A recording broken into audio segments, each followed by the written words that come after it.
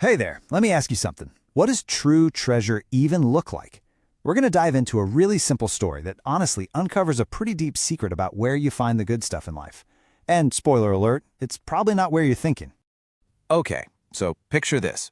You're walking along and you see someone just digging through a bunch of rocks, super focused. Your first thought, I bet, is exactly this. What are you doing? And that's it.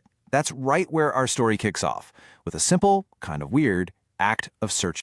The answer is, they're searching for gems. Simple enough, right? But here's the thing. This isn't really about shiny stones. Not at all. As you're about to see, this whole scene is a setup, a metaphor for something way, way bigger. So this whole searching for gems thing, it actually points to a huge universal truth. And it's this: the really valuable stuff, it isn't just lying around everywhere. It's rare. And a lot of the time, it's kind of hidden right under our noses.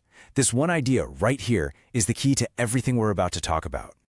All right, so here's rule number one of the search. Gems are not found in every single rock. I know, that sounds super obvious, right? But stick with me. It's our guiding principle here. Anything that's truly precious, well, by its very nature, it has to be rare. And then, things get even more interesting. The story gives us this almost mythical example, the Gajmukta pearl. It's this legendary pearl that's supposedly found inside an elephant's head. Kind of wild, right? But the point is crystal clear. The more amazing the treasure is, the crazier and more unlikely the place you have to look for it. And one more, just to really hammer the point home. Think about a forest. You can wander through miles and miles of trees, but that one super valuable sandalwood tree, that's the exception. It's not the rule. You see the pattern, right? Rock, pearl, tree. 3 examples, all pointing to the exact same big idea. So what's the big takeaway from all of this? Well, it's that rarity and difficulty, they're basically 2 sides of the same coin. The message here is that if you want something truly great in your life, something amazing, it's gonna take some work. It's not just gonna fall into your lap. You gotta be willing to actually go out and search for it. Okay, but what if we've been thinking about this all wrong? What if the greatest treasures out there aren't things at all? This is where the whole story takes a turn, a big one. We're shifting away from physical stuff like gems to a kind of treasure that's hidden in a totally different place, inside our own lives.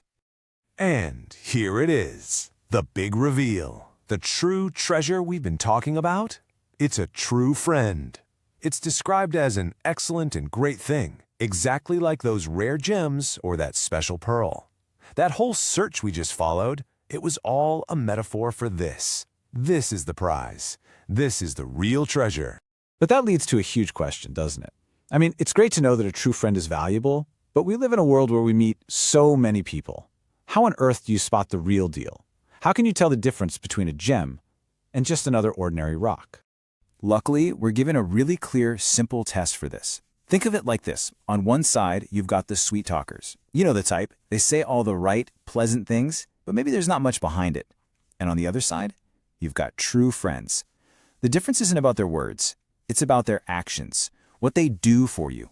A true friend's actions, that's the proof. That's how you know. Okay, so let's say you've done the hard work. You've been searching, and you've actually found one of these treasures in your life. So now what?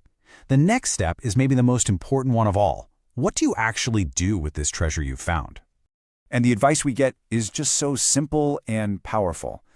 When you find that person, the one who genuinely has you back and acts for your well-being, just don't let them go. Seriously, hold on to that relationship. But it's more than just holding on. You have to cherish them. Actively make them a priority. Show them they matter. And what's the payoff for all this effort? What do you get? Well, it's pretty profound. The story tells us that finding and cherishing these true friends, it leads to a life that's genuinely full of happiness. That's the ultimate treasure, isn't it? That's the real win at the end of the search. So that brings us to the end. We've gone on this whole journey, from digging around in rocks to figuring out what real friendship looks like. And now, the final question isn't for me, it's for you. Seriously, take a second and think about it. Who is the gem of your life? Who is that rare, valuable, truly amazing person for you?